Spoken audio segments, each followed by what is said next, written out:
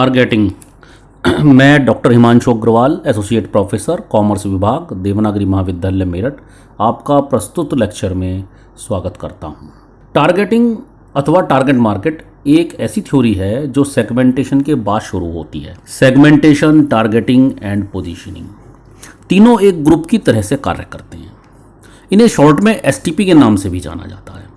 जब एक कंपनी अपने उत्पाद के विक्रय हेतु और प्रभावशाली मार्केटिंग के लिए सेगमेंटेशन कर चुकी होती है तो वह टारगेट मार्केटिंग शुरू कर देती है। टारगेटिंग का सामान्य अर्थ है कि किसी विशेष मार्केट में अपने उत्पाद को लॉन्च करना अथवा ऑफर करना। यह विशेष मार्केट कंपनी द्वारा श्रेणीबद्ध विभिन्न सेगमेंट्स में से एक सेगमेंट होता है। जिस सेगमेंट में कंपनी अपना उत्पाद मार्केट करना चाहती है और बेचना चाहती है, यहाँ कंपनी यह मानकर चलती है कि उस विशेष सेगमेंट में उपस्थित सभी उपभोक्ताओं की आवश्यकताएं, उन उपभोक्ताओं की विशेषताएं तथा संतुष्टि कंपनी के उस विशेष सेगमेंट के लिए ऑफर किए गए उत्पाद से मैच करती हैं।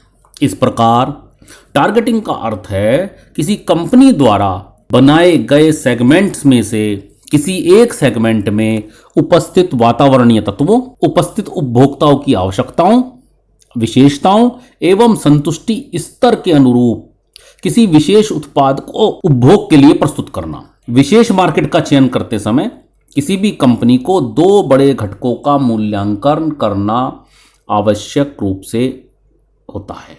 पहला है मार्केट अट्रैक्टिवनेस, बाजार में आकर्षण कितना है। Firms capability to enter the segment, उस सेगमेंट में अपने उत्पाद को लॉन्च करने में कंपनी की क्षमता कितनी है। बाजार आकर्षण का सामान्य अर्थ है बाजार में अपने उत्पाद को उतारने का आकर्षण।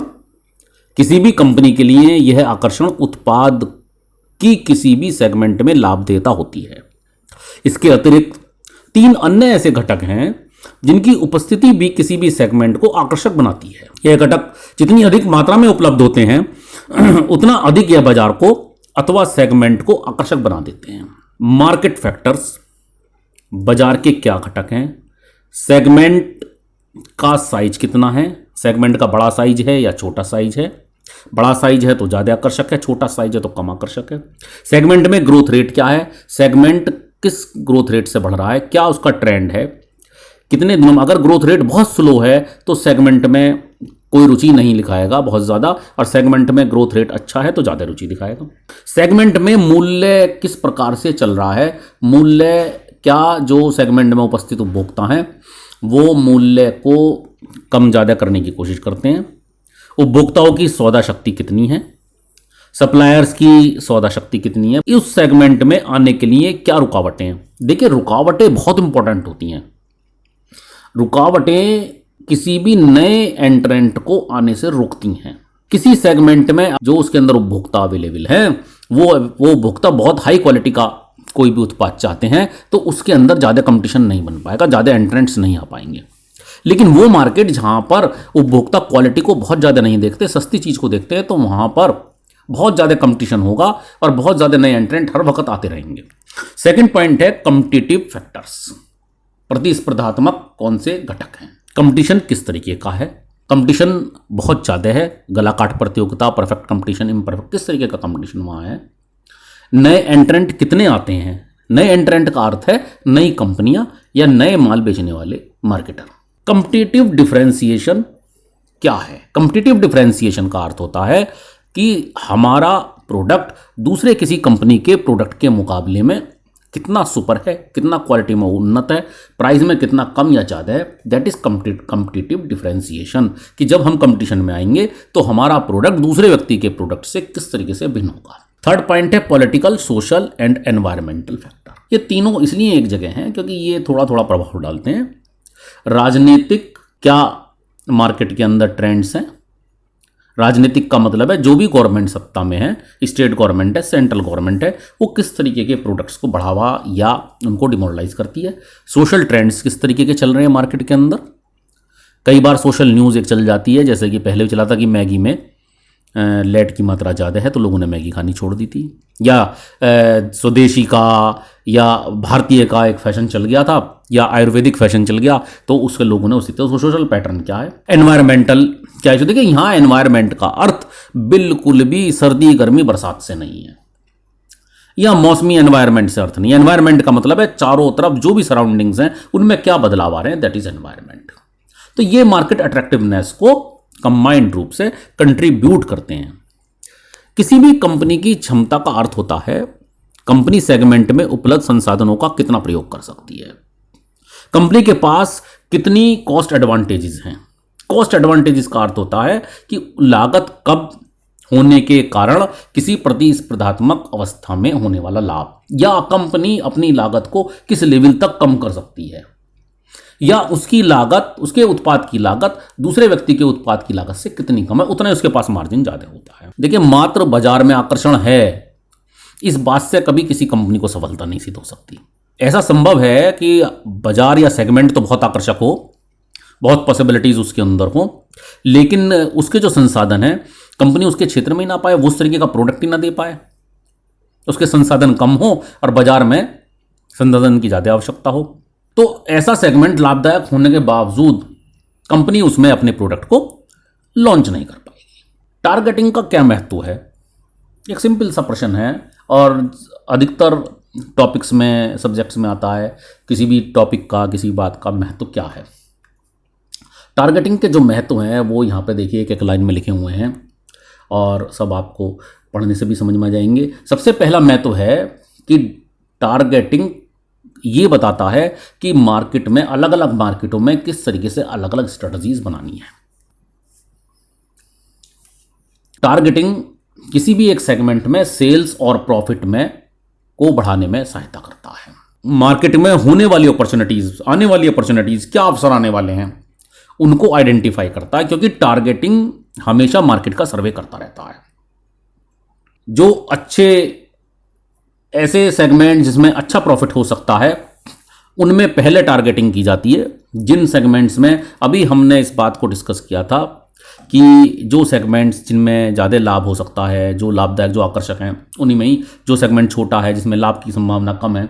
अगला पॉइंट है कि जो सेगमेंट की स्पेशल नीड्स हैं उसमें मार्केटिंग मिक्स को वो सही से कंबाइन करता है, सही से वो मिलाता है और मार्केटिंग मिक्स को ठीक से बना करता है। मार्केटिंग मिक्स का मतलब है जब हम चारों पीस जो हैं, 4 piece of marketing mix, price, product, place और प्रमोशन, इन चारों को सही रूप से मिश्रण बनाकर हम प्लेस करते हैं, तब वो मार्केटिंग मिक्स कहलाता है। देखिए ये सेगमेंट्स को डील करने में किसी भी कंपनी की एफिशिएंसी और इफेक्टिवनेस को टारगेटिंग बढ़ा देती है, क्योंकि टारगेटिंग के थ्रू हमें ये पता लगता रहता है कि सेगमेंट्स की क्या डिमांड है, सेगमेंट्स क्या चाह रहे हैं, उनकी विशेषताएं क्या हैं, उनके अंदर जो उपभोक्ता हैं उनकी विशेषता, प्रायोरिटीज़ क्या हैं, उनका संतुष्टि का स्तर क्या है। देखिए जो कंपटीशन वहाँ पर होता है उस पर्टिकुलर सेगमेंट में, उसको पहचानने में, उससे लड़ने में सबसे सही तरीके में, जो पॉसिबल भी हो और सही भी हो। देखिए दोनों ही बातें हैं, बेस्ट और पॉसिबल। बेस्ट कई बार ऐसा होता है जो पॉसिबल नहीं होता, और पॉसिबल जो होता है वो बेस्ट नहीं होता। तो दोनों ही बातों में ये टारगेटिंग हमें ये बताता है कि हम किस तरीके से उस सेगमेंट के अंदर उन प्रॉब्लम से लड़ सकते हैं। कंपनी की कॉम्पिटिटिव एडवांटेज के बारे में बताता है। कॉम्पिटिटिव एडवांटेज का मतलब होता है कि वो कौन से पॉइंट्स हैं हमारे प्रोडक्ट्स में कि जो दूसरे व्यक्ति के प्रोडक्ट्स से अच्छे हैं और जिससे हम कंपटीशन में उससे जीत सकते हैं। टारगेटिंग कितने प्रकार की होती है? वैसे देखा जाए तो टारगेटिंग का आधार सेगमेंटेशन होता है, परंतु टारगेटिंग सेगमेंटेशन से अधिक महत्वपूर्ण, प्रभावशाली और सघन विस्तृत होती है। सेगमेंटेशन तो एक एनालिटिकल प्रोसेस है। आपने एक एनालिसिस किया और एनालिसिस करने के बाद आपने उसको खंडों में मार्केट को बांट लिया कि एक जैसे जो गुणधर्म वाले उपभोक्ता हैं वो एक जगह कर लिया आपने और बाकी दूसरी जगह कर लिया। जबकि टारगेटिंग जो होता है वो कंपनी के रिसोर्सेज को सेगमेंट की में जो उपलब्ध अपॉर्चुनिटीज़ हैं उससे मैच करना बताता है कि किस प्रकार मैच उससे होंगी। और इसमें 3 तरीके की जो देखिए टाइप्स हैं। पहला कि single segment with a single product, जहाँ पर एक ही उत्पाद है और एक ही सेगमेंट के लिए है, पर्टिकुलरली उसी सेगमेंट के लिए। दूसरा, एक उत्पाद है और वो सभी सेगमेंटों में वही बेचा जा रहा है। तीसरा, अलग अलग उत्पाद हैं और अलग अलग सेगमेंट हैं, हर सेगमेंट के लिए हर अलग उत्पाद बेचा जा रहा। पहला पॉइंट आता है single segment with a single product.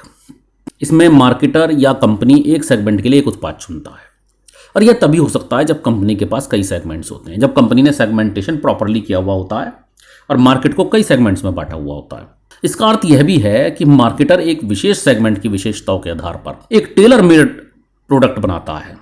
Tailor made का अर्थ है उनकी ज़रूरतों के अनुसार एक प्रोडक्ट बनाए, और उसी सेगमेंट के लिए बनाता है जिस सेगमेंट के को वो चूज़ किया हुआ। यहाँ अगर हम देखें एक डायग्राम बनाया हुआ है, डायग्राम के माध्यम से हम समझें तो देखिए इसमें एम जो मतलब है वो मार्केट या सेगमेंट से है, पी का मतलब प्रोडक्ट से है।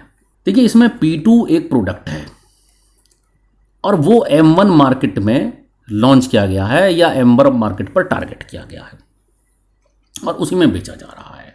इसका मतलब M1 मार्केट के लिए P2 एक टेलर मेड प्रोडक्ट है। देखिए नेक्स्ट टाइप आता है single product for all segments, कि सभी प्रोडक्ट्स के लिए, सभी सेगमेंट्स के लिए एक ही प्रोडक्ट है और वो सभी सेगमेंट्स में बेचा जा रहा है। ये बिल्कुल सिंपल है। अगर n नंबर ऑफ मार्केट्स हैं या सेगमेंट्स हैं तो n नंबर ऑफ मार्केट्स और सेगमेंट्स में वो प्रोडक्ट बेचा जा रहा है, उसके लिए available n number of markets. देखिए इसमें फिर दोबारा से आप देखिए कि M1, M2 और Mn तो मार्केट है और P1, P2 और Pn इसके अंदर जो है प्रोडक्ट हैं, और यहाँ पर P2 प्रोडक्ट सारे मार्केट्स में बेचे जा रहे हैं, उनके लिए अवेलेबल एक सिंगल प्रोडक्ट है। वो सभी में वही हम ऐसा तब होता है जब कंपनी के पास केवल एक ही प्रोडक्ट होता है, एक ही प्रोडक्ट में वो डील करते हैं, तो सभी मार्केट में उसी प्रोडक्ट को बेचते रहते हैं, जितनी सेल उससे आ जाए उतनी। नेक्स्ट है third, multi segment approach. Multi segment approach का मतलब ये है कि जब हम डिफरेंट सेगमेंट्स को अप्रोच करते हैं और अपने प्रोडक्ट्स को डिफरेंट सेगमेंट्स में अलग अलग बेचते हैं। किसी सेगमेंट में देखिए जो बहुत ही श्रूड कंपनीज होती हैं वो पहले वाला जो पॉइंट था single product and single segment, और इसको मिला लेती हैं और वो हर एक सेगमेंट के लिए एक टेलर मेड एक ही प्रोडक्ट में थोड़ा इनोवेशन करके उसको बेचती रहती हैं। तो इस तरीके से उनकी वैरायटी ऑफ प्रोडक्ट बढ़ जाती है। देखिए आपने साबुन के जो प्रोडक्ट है उसमें देखा है कि जब आप मार्केट में साबुन लेने जाते हैं तो कायदे में देखा जाए तो साबुन दो ही तरीके के होते हैं। एक आप देखिए कि ह्यूमन के लिए साबुन होता है जिसे नहाने का साबुन हम कह देते हैं, और दूसरा कपड़े धोने का साबुन होता है। नहाने वाले साबुन में कई सारी वैरायटी हो गई हैं, ये सिर धोने का साबुन है, ये नहाने का साबुन है, ये हाथ धोने का साबुन है, ये ड्राई स्किन के लिए है, ये जो है ऑयली स्किन के लिए है। तो यही यहाँ पर मल्टी सेगमेंट अप्रोच होती है। कपड़े धोने वाले साबुन में भी ये जब आप हाथ से धो रहे हैं तो मैनुअल वॉश है तो ये वाला साबुन है, आपका मशीन वॉश है तो ये वाला साबुन है, मशीन में भी आपका ऑटोमेटिक है तो ये है, और सेमी ऑटोमेटिक है तो ये दूसरे वाला प्रोडक्ट है। इस वाले पैटर्न में भी आप देखिए कि M1 का अर्थ मार्केट या सेगमेंट ही है, और जितने भी सेगमेंट अवेलेबल हुए n नंबर्स ऑफ सेगमेंट्स, और P1, P2, Pn का मतलब भी n numbers of products available हैं, और इसमें अलग अलग प्रोडक्ट्स बेचे जा रहे हैं। तो ये तीन तरीके के टाइप्स हैं। और नेक्स्ट जो इसके बाद आता है कि टारगेट मार्केटिंग में क्या स्ट्रेटजीज कंपनी अपनाती हैं। अगर सही परिप्रेक्ष्य में देखा जाए तो पता चलता है कि सेगमेंटेशन का उद्देश्य टारगेटिंग को सुदृढ़ रूप और सही दिशा देना होता है ताकि उसको सरलता के साथ नियंत्रण किया जा सके। किसी भी कंपनी द्वारा सेगमेंटेशन, देखिए सेगमेंटेशन का काफ़ी यहाँ जिक्र बार बार आ रहा है और मैं चाहता हूँ कि आप सेगमेंटेशन वाला लेक्चर मेरा ज़रूर सुने, उससे आपको इसमें एक रिलेटिव पता लगेगा। तो वो सेगमेंटेशन किसी भी कंपनी का इस प्रकार किया जाना चाहिए ताकि मार्केट अट्रैक्टिवनेस और फर्म्स कैपेसिटी दोनों का सही मात्रा में एक उचित मिश्रण हो, और जिससे कंपनी को दोनों ही फ्रंट्स पर काम करने का मौका मिले और वो कंपनी एक सक्सेसफुल कंपनी बने, फेल ना हो पाए। टारगेट मार्केटिंग में जो नीतियां हैं वो तीन तरीके की नीतियां हैं। पहली अनडिफरेंशिएटेड मार्केटिंग, अविभेदित विपणन, दूसरी डिफरेंशिएटेड मार्केट, विभेदित विपणन, और तीसरी कंसंट्रेटेड मार्केटिंग, केंद्रित विपणन। देखिए सर्वप्रथम आती है कि ये अनडिफरेंशिएटेड मार्केटिंग है, और अनडिफरेंशिएटेड मार्केटिंग में आप देख रहे हैं कि ये साइड में राइट साइड में एक डायग्राम है। इस डायग्राम में आप देख रहे हैं कि पूरा ये अगर हम एक इसको जो सर्किल है इसको पूरा मार्केट माने तो देयर इज़ नो सेगमेंटेशन। सारा सर्किल, सारा ये पूरा मार्केट एक ही जैसा है, एक ही जैसा कंटेंट है। तो अनडिफरेंशिएटेड मार्केट को कई बार हम मार्केट एग्रीशन भी कह देते हैं। मार्केट एग्रीशन का अर्थ होता है बाजार समूहन, जब हम मार्केट को एक जगह इकट्ठा कर देते हैं, या पूर्ण मार्केट विचारधारा, अवधारणा, या वृहत मार्केटिंग। तो इसमें क्या होता है कि सारे मार्केट को एक कंटेंट, एक यूनिट मान लिया जाता है और जो भी प्रोडक्ट होता है वो सारे मार्केट के लिए एक ही होता है। इससे कंपनी को कई फायदे होते हैं। एक तो सबसे इंपॉर्टेंट बात यह है कि ऐसी कंपनी जिसके पास बहुत ज़्यादा प्रोडक्ट्स नहीं है या जो फाइनेंशियली वीक है वो इसमें अच्छा परफॉर्म कर लेती है, क्योंकि वो स्केल ऑफ प्रोडक्शंस को कंट्रोल कर लेती है, इकोनॉमीज़ होती हैं स्केल ऑफ प्रोडक्शंस की, उसकी लागत कम आती है, वो प्राइसिंग को एक जैसा रख सकती है, प्राइसिंग कम रख सकती है जब लागत कम आएगी, उसका डिस्ट्रीब्यूशन और प्रमोशन भी कंबाइंड रहता है, यूनिक रहता है, तो वो कंपनी ज़्यादा परफॉर्म कर जाती है जो थोड़ी सी कंपनी वीक कंपनी होती है। लेकिन आज की डेट में जहाँ मार्केट के अंदर बहुत ज़्यादा विभेद है, इतना ज़्यादा कॉम्प्लेक्स हो गया है मार्केट, तो वहाँ ये अनडिफरेंशिएटेड मार्केटिंग पॉसिबल ही नहीं है। कोई भी कंपनी सक्सेसफुल नहीं हो सकती, वो चाहकर भी कितना ही अपने स्केल ऑफ प्रोडक्शन की इकोनॉमी को पैदा कर ले, प्राइसिंग को लो कर ले, डिस्ट्रीब्यूशन प्रमोशन कॉस्ट को लो कर ले, लेकिन वो ज़्यादा दिन सर्वाइव नहीं कर पाती है। देखिए, दूसरा टाइप आता है डिफरेंशिएटेड मार्केट। ये तो हम पढ़ते आए हैं। डिफरेंशिएटेड मार्केटिंग का मतलब है where you have created a difference between the segments, और आपने सेगमेंटेशन कर दिया है, उसे डिफरेंशिएटेड मार्केटिंग कहते हैं। इसमें मार्केट को, टोटल मार्केट को हम डिफरेंट एट्रीब्यूट्स के आधार पर, वो कस्टमर एट्रीब्यूट्स भी हो सकते हैं, वो मार्केट एट्रीब्यूट्स भी हो सकते हैं, या प्रोडक्ट एट्रीब्यूट है, उसके आधार पर हम टोटल मार्केट को क्लासीफाई कर देते हैं। उसमें क्लासिफिकेशन का जो आधार है वो कुछ भी हो सकता है प्रोडक्ट के हिसाब से, और कई बार हम उसको एरिया वाइज या जियोग्राफिकल आइडेंटिफिकेशन सेगमेंटेशन भी कर डालते हैं, जिससे कि हमें उसके प्रमोशन या डिलीवरी में, और चूंकि इंडिया के अंदर जो जियोग्राफिकल सेगमेंटेशन है वो बड़ा काम कर जाता है, क्योंकि यहाँ पर जियोग्राफी के अंदर थोड़ा सा चेंज आते ही यहाँ पर लोगों की जो एक तरीके से पहचान है, नीड्स हैं और उनकी पर्सनैलिटी है, वो सेम सी होती है, एक जैसी होती है। काम करने का जो कस्टमर का व्यवहार है वो एक जैसा होता है।